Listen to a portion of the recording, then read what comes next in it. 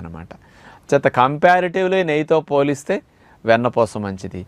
వెన్నపూసతో పోలిస్తే కూడా మేగడ ఇంకా మంచిది.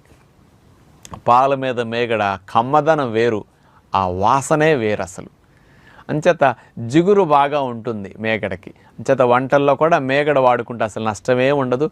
పిల్లలు కానీ మనం కానీ ఎంత మేగడ వాడుకున్నా వండుకునేటప్పుడు కానీ ఏదైనా పదార్థాలు గొల్ల రావటానికి కానీ కమ్మదనం కోసం ఎంతైనా వాడుకోవచ్చు అనమాట. ఇటు మేగడని అటు వెన్నపూసని నూనెకు బదులుగా నెయ్యికి బదులుగా మనం సందర్భాన్ని బట్టి ఉపయోగించుకుంటే మంచిదని విజ్ఞప్తి చేస్తూ నమస్కారం.